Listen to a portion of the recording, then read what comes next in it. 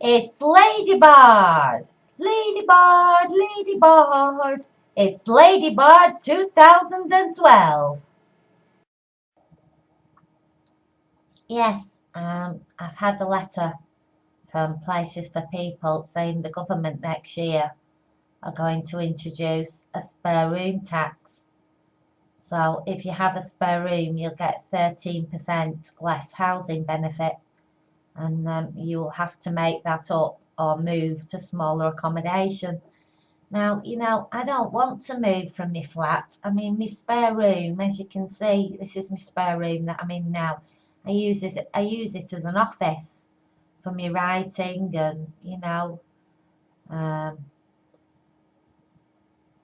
any correspondence I need to write, I write it on my computer.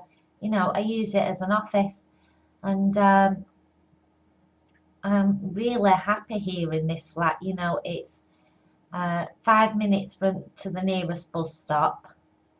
It's 5 minute walk to the local shop, and yet it's dead peaceful and quiet, and it's just perfect for me. And I don't want to move, you know, but yeah, I shall have to make that shortfall up somehow next year. Um, I shall have to try and find money from somewhere to pay the rest of my council tax. And the thing that I thought about it as well. You're not even allowed to have a spare room if you've got custody of your kids for the weekend. You're only allowed to have rooms for children if you're the one claiming child benefit for them.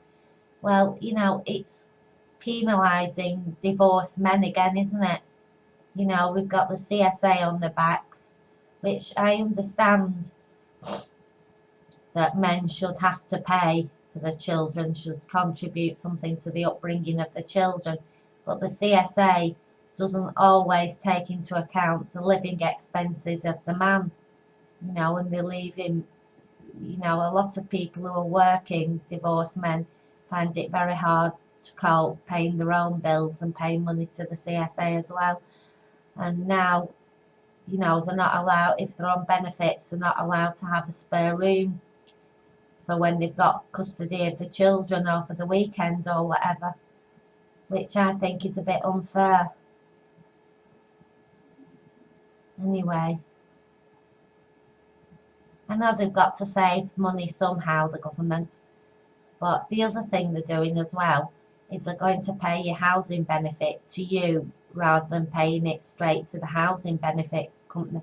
Well, it's going to end up with a lot of people not paying the rent and ending up homeless, isn't it?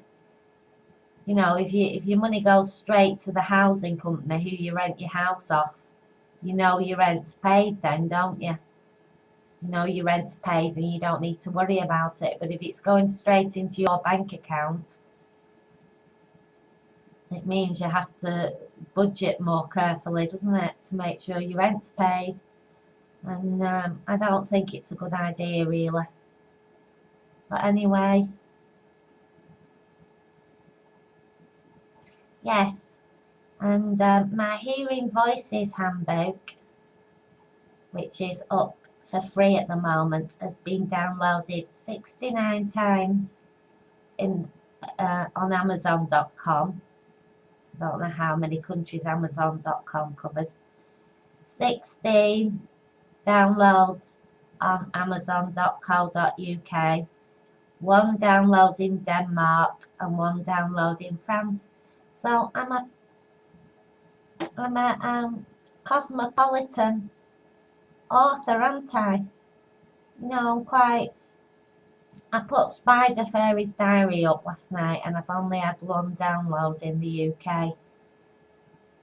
So I'm a bit disappointed about that. I thought loads of people would download it for free and write me a nice review. No.